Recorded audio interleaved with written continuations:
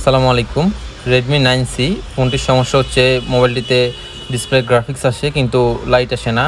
এটি কাস্টমার ভাইয়ের বক্তব্য অনুযায়ী বেশ কয়েকদিন আগে ফোনটি পানিতে পড়ে, এরপরে ফোনটিকে ভালোভাবে ওয়াশ করে এনে কোনো এক দোকানদার বাইর থেকে এরপরে মোবাইলটি অনেকদিন চললে হঠাৎ করেই এটার যে ডিসপ্লে লাইট আছে এটি কিন্তু কেটে যায়। আমরা শুরুতেই বর্নিও থেকে এটার যে ডিসপ্লে লাইনগুলো আছে এগুলোকে দেখে নিব। এরপরে পরবর্তীতে আমরা কানেক্টরের মধ্যে মেপে দেখব সবগুলোতে আমরা জিআর ভ্যালু পাই কিনা। আমরা এখানে দেখতে পাচ্ছি এখানে এলইডি এ এবং ক্যাথোড লাইন দুটি আছে এবং কি সিএবিসি লাইন আছে। আমরা শুরুতেই এলইডি এ লাইনটি চেক করে দেখলাম। আমরা এখানে অ্যানোড লাইনে কোনো প্রকার কোনো মান পাইনি। এর পরবর্তীতে আমরা বাকি যে লাইনগুলো আছে এগুলোকে মেপে দেখলাম।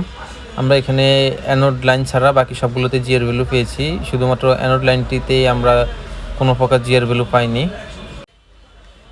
এটার যে ডিসপ্লে কানেক্টরটি আছে এখানে এলইডি এ লাইনের মধ্যে আমরা দেখতে পেলাম পানিয়ে লাইনটিকে ড্যামেজ করে দিয়েছে। তাই আমরা এখান থেকে একটি জাম্পার নিয়ে সরাসরি এটার লাইটিং আইসির পাশে যে অ্যানোড লাইনটি আছে ওইখান থেকে জাম্পার করে দেব। জাম্পার করার আগে আমরা কানেক্টর থেকে এখানে একটু প্লাস্টিক কেটে নিই যাতে করে আমরা ভালোভাবে এখানে জাম্পারটি করতে পারি।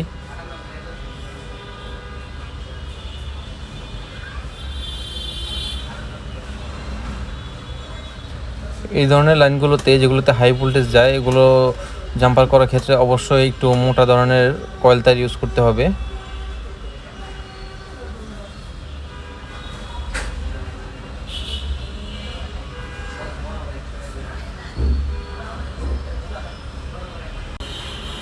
আমরা জাম্পার ওয়ারটাকে খুব সুন্দরভাবেই এখানে ডিসপ্লের বেজের যে পিনটি আছে এলইডি এ লাইনের পিনটি ওটার সাথে জাম্পার করে নিয়েছি। এই মুহূর্তে আমরা এখানে আইসির পাশে অর্থাৎ লাইট আইসির পাশে যেখান থেকে এলইডি এ লাইনটি আউট হয়েছে ওইখানে আমরা মেপে দেখেছিলাম এখানে কিন্তু জিআর ভ্যালু ঠিকঠাক আছে, তাই আমরা সরাসরি এখানে জাম্পার করে দেব।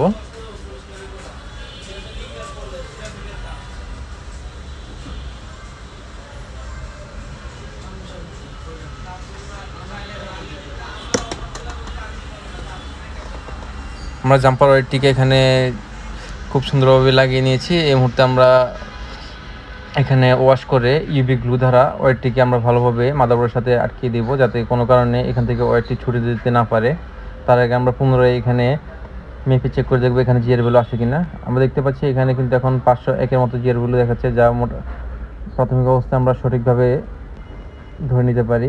এখন আমরা এখানে ইউভি গ্লু দ্বারা কভার করে নেব। আমরা ইউভি গ্লু দিয়ে ওয়্যারটিকে ভালোভাবে মাদারবোর্ডের সাথে আটকে নিয়েছি। এখন আমরা চেক করে দেখবো এটাতে ডিসপ্লে লাইট আসছে কিনা। আমরা মোবাইলটি চালু করার পর দেখতে পাচ্ছি যে এখানে এখনও কিন্তু আমাদের ডিসপ্লে যে লাইট ওটি কিন্তু আসেনি। এখন আমরা এটা যে ডিসপ্লে মেইন যে কানেক্টরটি আছে অর্থাৎ ডিসপ্লের সাথে যে কানেক্টরটি আছে এখানে আমরা চেক করে দেখব। আমরা দেখতে পাচ্ছি এখানেও যে এলইডি এই লাইনটি ছিল এটাও কিন্তু পানি খাওয়া, তাই আমরা এখানেও ভালো করে সোল্ডারিং করে লাইনটিকে এখানে আটকিয়ে দেব।